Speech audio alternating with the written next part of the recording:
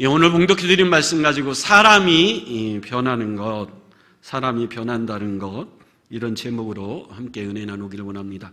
우리 지난주부터 저희 교회 제자훈련이 시작이 됐습니다. 1기 처음 스타트가 됐는데 여러분 가능하면 앞으로 다 제자훈련에 참여하셨으면 하고요.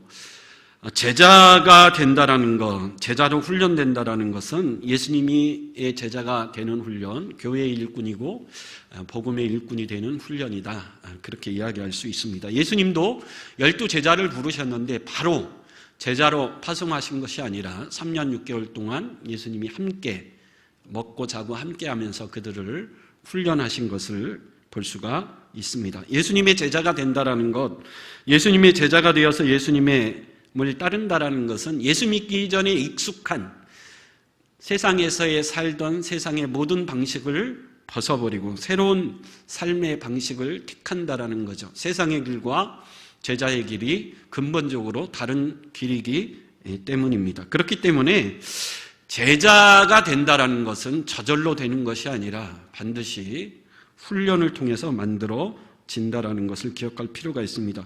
월터 핸드릭스는 이런 말을 했죠. 제자는 태어나는 것이 아니고 만들어지는 것이다.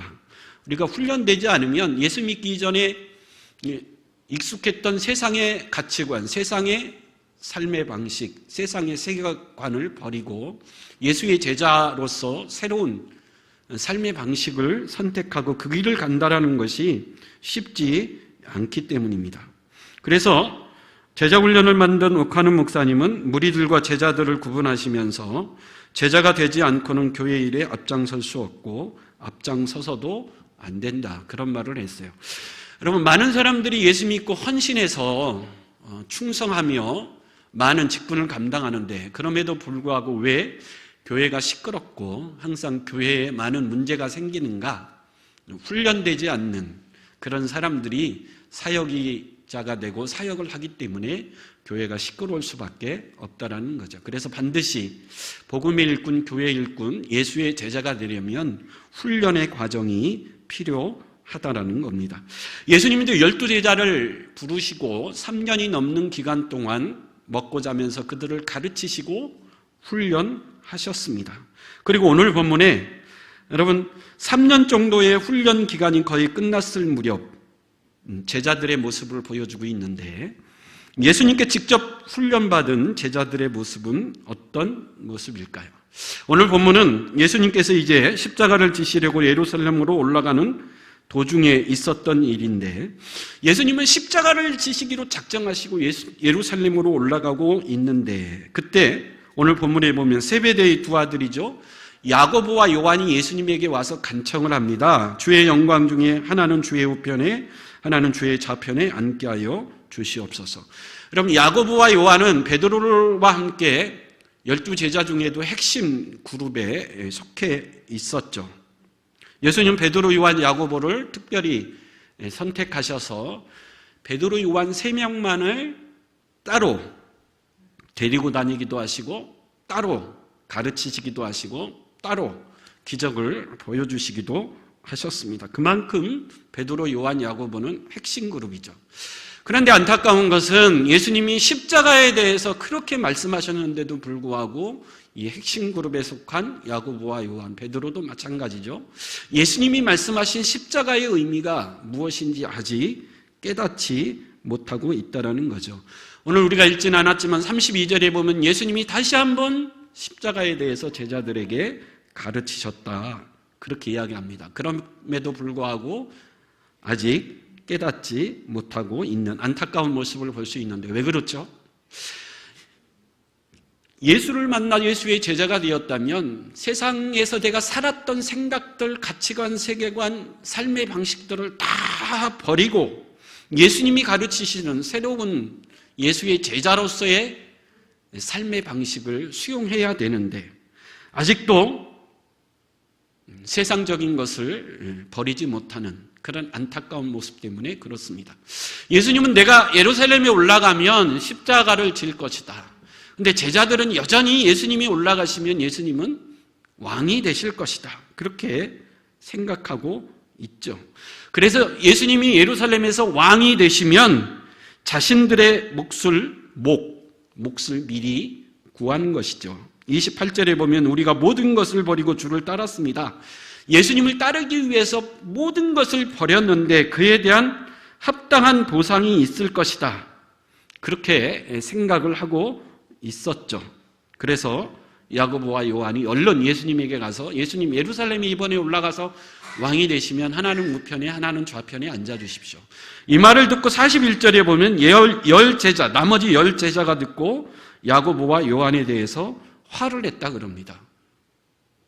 왜 그렇죠? 야고보, 요한, 너 예수님이 자꾸 십자가 얘기하는데 자꾸 그것도 모르면서 이렇게 무례한 요구를 해? 그래서 화를 냈을까요? 아닙니다.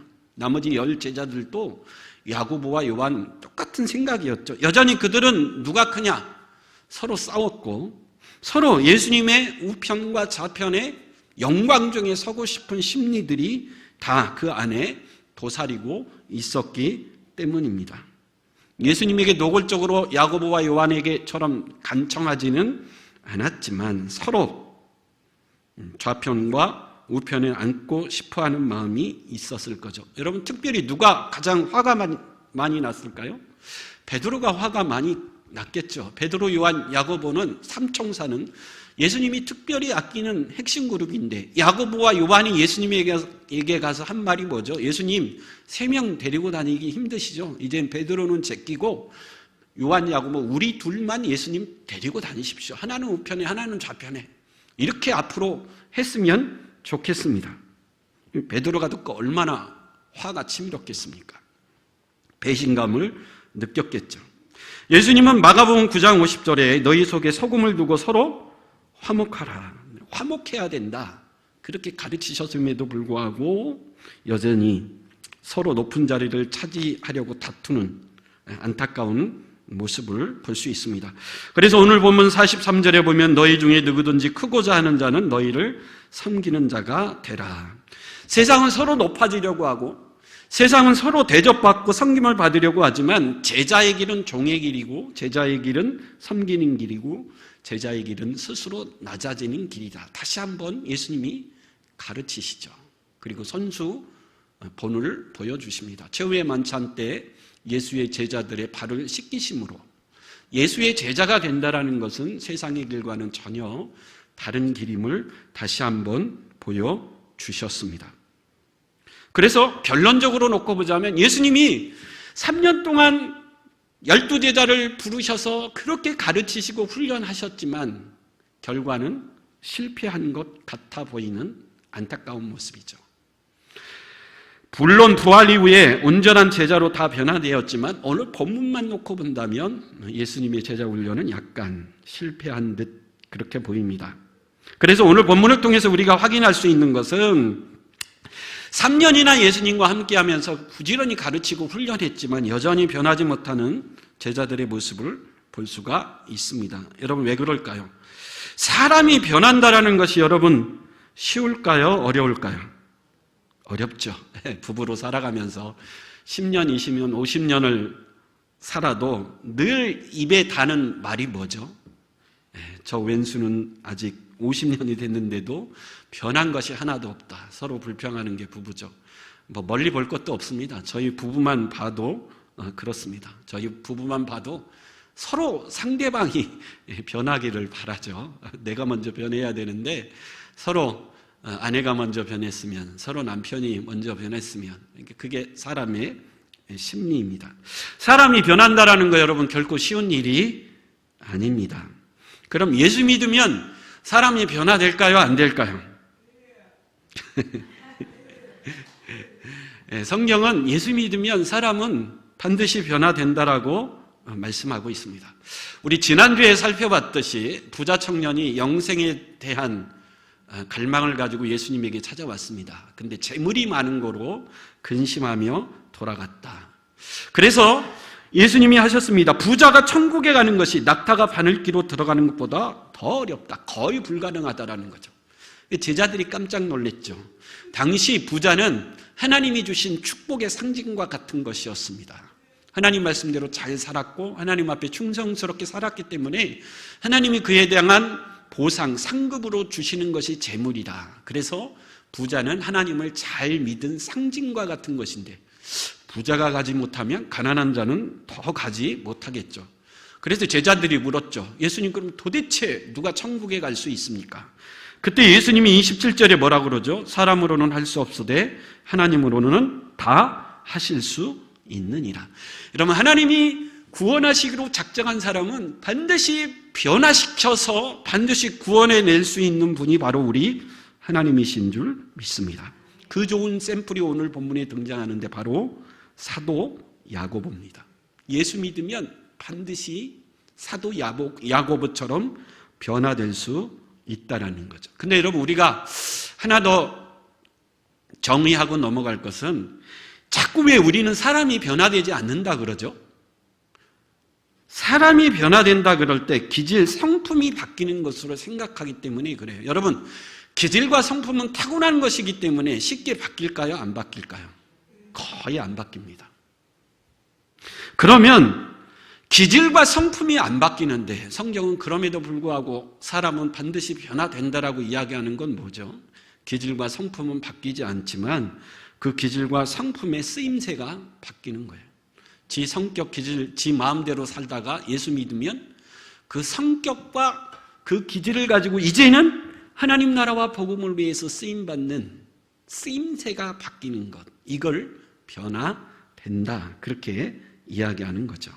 그래서 여러분, 하나님 앞에 타고난 기질, 성품은 바뀌지 않을지라도 그 성품과 기질대로 내 마음 내 뜻대로 살았던 인생이 이제는 하나님 앞에 크게 쓰임받는 믿음의 인생이 될 수 있길 간절히 축원합니다. 오늘 본문에 등장하는 야고보가 하나의 샘플이라 그랬는데 야고보는 불같은 성격의 소유자였습니다. 불같은 성격이라고 하는 것은 불같은 추진력, 불같은 결단력이 있었다라는 거죠. 근데 예수 믿기 이전에는 이 거친 추진력과 거친 결단력을 가지고 자기 마음대로 살았다면 이제 예수 믿고 주님의 제자가 되고 훈련받은 이후에는 성숙한 추진력, 성숙한 결단력을 가지고 쓰임 받았다라는 거죠. 여러분, 야고보는 벳세다 출신으로 직업은 어부였습니다. 부름받는 장면이 누가복음 5장 10절에 나오죠. 우리 같이 한번 읽어볼까요? 시작. 세베대의 아들로서 시몬의 동업자인 야고보와 요한도 놀랐습니다. 예수께서 시몬에게 이르시되 무서워하지 말라, 이제후로는 내가 사람을 취하리라 하시니. 야고보는 요한과 형제인데 시몬 베드로와는 같은 동업자, 어부로서 같은 친구이면서 동업자였는데 세 명 다 사람 낚는 어부 제자로 부름받는데, 부름받는 이 장면에서 11절이 중요하죠. 11절 한번 읽어볼까요? 시작. 그들이 베드로를 육지에 대고 모든 것을 버려두고 예수를 따르니라. 야고보가 예수의 제자가 될 때 특징 중에 하나는 모든 것을 뭐 했다 그러죠? 버려뒀다 그럽니다. 버려두고 따랐다, 이 단어가 이렇게 핵심적으로 등장하는데 왜 그렇죠? 야고보의 아버지는 세베대입니다. 세베대는 선주였어요. 선주는 뭐죠? 배의 주인이 선주입니다. 옛날에 선주 그러면 부자입니다. 근데 아버지 세베대는 배가 한 대만 있는 게 아니라 여러 대를 가지고 있는 큰 엄청난 부자이면서 사업가였던 것 같아요. 근데 아들이 야고보 요한이 있는데 둘 다 뭐가 된다 그러죠? 예수의 제자가 된다 그러니까 아버지 세베대가 말렸던 것 같습니다. 아니, 야, 둘 다 가면 어떡하냐? 적어도 하나는 남아서 내 사업, 이 기업을 이어받아야 될 거 아니냐. 아버지 세베대가 말렸던 것 같아요. 근데 야고보는 어떻게 했다 그러죠? 그 모든 것을 뭐 했다 그러죠? 버려두고 예수를 따랐다 그래요. 사랑하는 아버지, 사랑하는 부모가 만류하면 그것을 뿌리치기가 여러분 쉽지 않습니다. 근데 야고보는 불같은 추진력, 결단력, 불같은 사람이라니까요. 내가 한번 옳다라고 생각하는 것은 누가 말려도 어떻게 하는 거죠? 가는 겁니다. 직진하는 거죠. 그런 성격의 소유자였기 때문에 아버지 세베대가 굳고 말렸지만 야고보는 과감하게 다 버려두고 예수를 따랐다. 그렇게 그의 성격을 보여주고 있습니다. 근데 이 불같은 성격, 이 거친 추진력, 거친 결단력, 이런 사람의 특징이 뭐죠? 그 사람 때문에 사실은 많은 주위의 사람들, 특별히 가장 가까운 사람이 상처를 받기 쉽습니다. 누가복음 9장에 보면 이런 사건이 있어요. 예수님이 이제 십자가를 지러 예루살렘으로 올라가는데 갈릴리와 예루살렘 사이에는 무슨 지역이 있죠? 사마리아가 있습니다. 근데 사마리아는 누가 살고 있죠? 유대인은 유대인인데 혼혈 유대인들이 모여 사는 곳이 사마리아입니다. 북왕국 이스라엘을 아수르가 멸망시켰는데 아수르가 이주 혼혈 정책을 폈죠. 유대인 남자와 이방인 여자, 이방인 남자와 유대인 여자와 함께 결혼해서 혼혈 정책을 폈어요. 그래서 유대인이지만 이방인과 혼혈된 사람들이 모여 사는 땅이 어디죠? 사마리아입니다. 그래서 유대인들은 그런 사마리아 사람들을 싫어했어요. 사마리아 사람도 자기들을 싫어하는 유대인들을 당연히 싫었겠죠. 똑같은 유대인인데. 그래서 예루살렘에 있는 유대인들이 갈릴리로 가려면 사마리아를 거치기 싫어서 삥 돌아가는 거죠. 갈릴리에 살고 있던 유대인들이 예루살렘으로 가려면 사마리아 사람과 마주치는 것 자체가 싫어서 삥 돌아가는 거죠. 근데 예수님은 돌아가지 않고 항상 사마리아를 통과했습니다. 그래서 사마리아 우물가의 여인을 만나 그 여인에게 복음을 전하기도 하죠. 근데 누가복음 9장에 갈릴리에서 사역하던 예수님이 예루살렘으로 십자가를 지시러 가는데 이번에도 사마리아를 돌아가지 않고 사마리아를 통과해서 지나갑니다. 근데 누가복음 9장 53절 같이 읽어볼까요? 시작. 예수께서 예루살렘을 향하여 가시기 때문에 그들이 받아들이지 아니했다 그럽니다. 사마리아 사람들이 예수를 뭐 했다 그러죠? 받아들이지 아니했다 그래요. 왜 그렇죠? 예수님은 정통 유대인이고 특별히 사마리아 사람들이 가장 싫어하는 예루살렘을 향해 간다 그러니까 받아들이지 않았어요. 통과 못합니다. 그렇게 거절했다 그래요. 그래서 예수님이 딴 동네로 삥 돌아가셨는데 그때 여러분 예수님의 12 제자 중에 가장 열받은 제자가 하나가 있었죠. 누구죠? 야고보. 불같은 성격 아닙니까? 그때 누가복음 9장 54절에 뭐라고 그러죠? 다시 읽어볼까요? 시작. 제자 야고보와 요한이 이를 보고 이르되 주여 우리가 불을 명하여 하늘로부터 내려 저들을 멸하라 하기를 원하시나이까. 야고보가 듣고 화가 나서 예수님에게 뭐라 그러죠? 예수님 하늘에서 불을 내려 저 사마리아 사람 다 어떻게 하자고요? 태워 죽이십시다. 대단한 성격이죠. 목과 귀를 막았다고 야고보 열받네. 예수님 하늘에 불을 내려 저 사마리아 사람들 다 불로 태워 죽여버립시다. 그래서 예수님이 지어주신 별명이 뭐죠? 마가복음 3장 17절에 보면 보아노게, 우레의 아들, 불의 아들. 야고보는 불같은 성격의 소유자였다라는 거죠. 예수님이 이 말을 듣고 야고보를 꾸짖으셨죠. 그래서 처음에는 야고보는 이 불같은 성격 때문에 예수님에게 욕먹을 수밖에 없는 미성숙한 사람이었어요.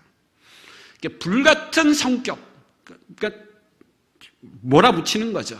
예를 들면 요한계시록 3장 20절에 보면 볼지어다 내가 문 밖에 서서 두드러노니 누구든지 내 음성을 듣고 문을 열면 내가 그에게 들어가서 그와 더불어 먹고 그는 나와 더불어 먹으리라. 예수님은 우리에게 찾아오셔서 우리의 마음을 어떻게 하는 분이죠? 두드리시는 분이죠. 계속 두드리고 기다리십니다. 우리가 마음문을 뭐 할 때까지요? 열 때까지요. 야고보는 어떻게 했습니까, 여러분? 문을 두드렸는데 안 열면 야고보는 어떻게 하죠? 안 열어 깨부시고 들어가는 안 열어 기다리지 못하는 거죠. 불같은 성격입니다. 까짓거 이런 문 부셔버리고 들어가면 되지. 그런 성격의 소유자가 야고보죠. 기다릴 줄 모르고 인내할 줄 모릅니다. 이게 중요한 것은 이 성격 때문에 주위 사람들이 사실은 많이 상처받습니다. 특별히 나하고 가장 가까운 사람들이 그런 불같은 성격 때문에 많이 상처와 아픔을 주기도 합니다. 그래서 오늘 본문에도 마찬가지죠. 예수님이 예루살렘에 올라가서 왕 되셔? 그러면 누가요? 내가 예수님의 우편에 서야지. 그래서 다른 제자보다도 가장 먼저 예수님에게 뛰어간 거예요. 예수님, 이번에 예루살렘에 올라가서 왕 되면 당연히 우편에 있는 사람은 누가 돼야 된다고요? 내가 돼야 된다. 다른 제자들은 그런 마음이 있었지만 감히 예수님에게 부탁을 못하는데 야고보는 불같습니다. 뛰어가서 예수님 우편 자리는 저 주십시오.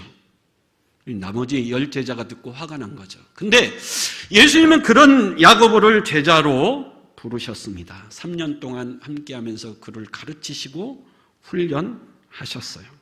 그리고 예수님의 십자가와 부활을 다 경험한 이후에 야고보는 변화됐어요. 여러분, 야고보가 변화됐다고 했을 때 불같은 성격이 양같이 온순하게 변화됐을까요? 예, 성격 기질은 안 바뀐다 그랬죠. 물론 그 이전보다도 더 기다릴 줄 알고 인내하는 제자가 됐을 것입니다. 근데 그 기질 성격은 안 바뀌죠. 예수님이 마지막 당부한 건 뭐죠? 요한과 같이 땅끝까지 이르러 이 복음을 전하라. 그 땅끝으로 제일 먼저 달려간 제자가 누굴까요, 여러분? 야고보입니다. 여러분, 스페인, 그 당시의 땅끝은 스페인, 그 당시 사람들은 지구가 네모란다고 생각했지 않습니까? 그래서 이 네모난 지구의 땅끝은 스페인 땅이다, 그렇게 생각했어요. 근데 우리나라 사람들이 이제 스페인으로 많이 여행을 가는데 스페인의 가장 유명한 순례길이 있죠. 그게 무슨 길이죠? 산티아고 순례길이라고 한 400km 정도 되는 유명한 순례길, 관광 코스가 있습니다. 성 산티아고라고 그러는데 이게 원래 이름이 뭐죠? 성 야고보입니다.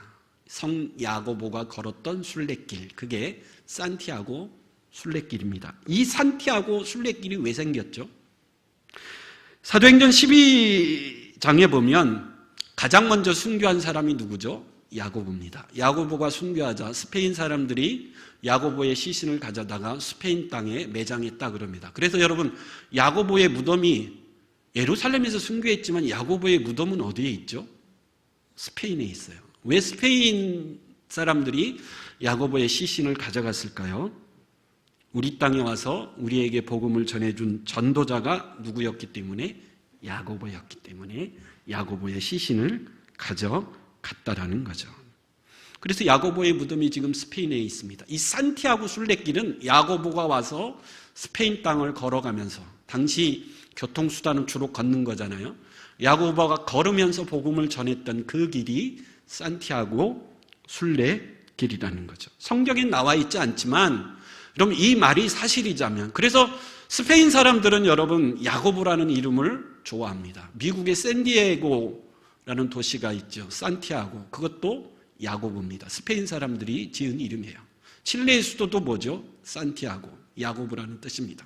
그래서 스페인 사람들은 스페인 문화의 영향권에 있는 도시들 이름을 산티아고, 야고보라고 짓기를 굉장히 좋아합니다. 그만큼 스페인 사람들은 12제자 중에 야고보를 좋아하죠. 자기네 나라에 와서 복음을 전한 사람이기 때문에.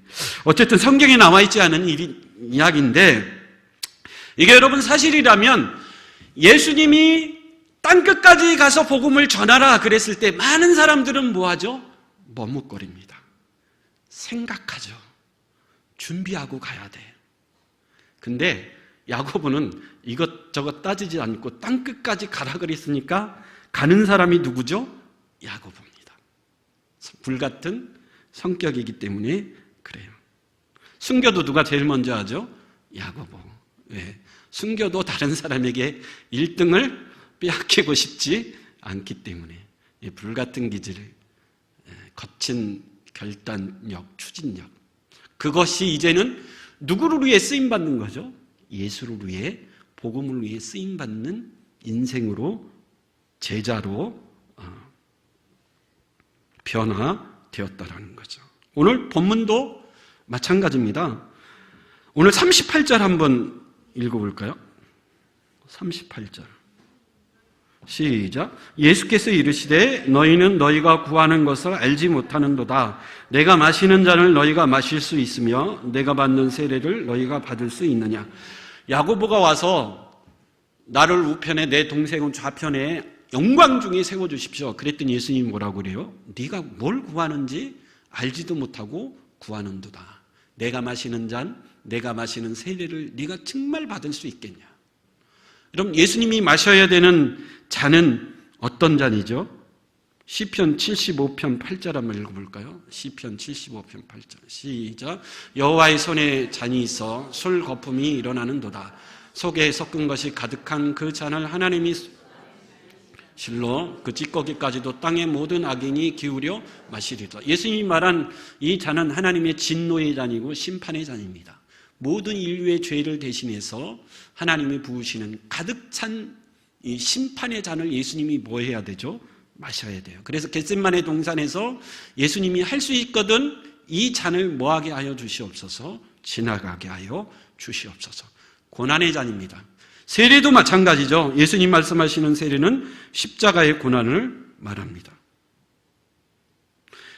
예수님은 고난의 잔을 마시고 고난의 세례를 받으신 다음에 영광의 보좌에 앉으실 겁니다. 먼저 고난이고 그 후에 영광이고 먼저 십자가고 그 후에 부활이죠. 여러분, 야고보와 요한이 얘기한 영광 중에 좌편과 우편에 앉으려면 그 영광을 누리기 이전에 뭘 당해야 되죠? 이 엄청난 고난의 잔을 마셔야 되고 고난의 세례를 받아야 되는데 예수님이 물으신 거죠. 너희가 이걸 할 수 있겠느냐? 그랬더니 39절에 뭐라 그러죠? 그들이 말하되 뭐하느리다? 할 수 있나이다. 아직도 깨닫지 못하고 있죠. 할 수 있습니다. 근데 했어요? 못했죠? 못했죠. 예수님이 십자가에 못 박혀 돌아가실 때 다 도망갔잖아요. 아직도 이들은 예수님이 하신 말씀이 무엇인지 알지 못하고 있었다라는 거죠. 근데 여러분, 야고보는 참 멋집니다. 이 말씀을 듣는 지금 이 순간에는 이 말씀의 진정한 의미가 무엇인지 깨닫지 못했지만 예수님의 십자가 부활 이후에는 이 말씀이 무슨 말씀인지 깨우쳤어요. 그래서 예수님의 말씀에 가장 먼저 뭐 하고 싶은 거죠? 순종하는 자가 되고 싶은 거죠. 땅끝까지 가라. 가장 먼저 땅끝 스페인으로 뛰어갔습니다. 네가 이 고난의 잔을 마실 수 있느냐? 예, 마실 수 있습니다. 고난의 잔인데 나중에 십자가와 부활 사건 이후에 이 고난의 잔이 무엇인지를 깨달았죠. 그리고 야고보는 그 고난의 잔을 누구보다 먼저 뭐 하는 거죠? 마시는 겁니다. 가장 먼저 순교의 제물이 된 거죠. 우리 사도행전 12장 1절 한번 읽어볼까요? 시작. 그때 왕이 손을 들어 교회 중에서 몇 사람을 해하려 하여 요한이 형제 야고보를 칼로 죽였다 그럽니다. 가장 먼저 고난의 잔을 마시는 거죠. 그래서 12제자 중에 첫 번째 순교자가 됐습니다. 야고보는 불의 아들입니다. 거친 결단력, 거친 추진력. 근데 이제는 복음을 위해, 예수님을 위해 쓰임받는, 쓰임새가 바뀌는 아름다운 주의 제자가 되었다라는 거죠. 여러분, 결론입니다. 우리 모두 예수 믿고 구원받아 천국 백성이 된 기쁨으로 살아가고 있습니다. 근데 더 중요한 것은 주님은 그 수준에 머물지 말고 예수의 뭐가 되라는 거죠? 제자가 되라 그럽니다. 제자가 된다는 것은 예수님이 가신 그 길을 따라가는 것이고 예수님의 말씀에 주저하지 않고 즉각적으로 순종하는 사람을 말합니다. 둘 다 쉽지 않습니다. 그래서 훈련의 과정이 필요하고 성령의 은혜가 필요합니다. 하나님이 이 세상에 그 누구도 변화시키지 못할 사람이 없습니다. 바꾸지 못할 사람도 없습니다. 불의 사람 야고보조차도 바꾸어 하나님이 쓰셨습니다. 그 어느 누구도 복음 앞에 변화되지 못할 사람이 없습니다. 그러기 위해서 훈련받아야 되고 주의 놀라운 은혜가 필요한 줄 믿습니다. 우리 모두 변화되기를 원합니다. 기질과 성품이 변화되는 것이 아니라 그 기질, 그 성품대로 주의 복음을 위해서, 교회를 위해서, 하나님 나라를 위해서 쓰이는 인생이 되기를 원한다라는 거죠. 그래서 주의 말씀에 즉각적으로 순종하며 주님이 주신 사명에 내가 가진 모든 것, 그게 뭐죠? 내 기질, 성품대로 잘 쓰임받는 충성스러운 주의 참 제자로 살아갈 수 있는 저와 여러분들이 될 수 있기를 간절히 축원합니다. 아멘. 기도하겠습니다.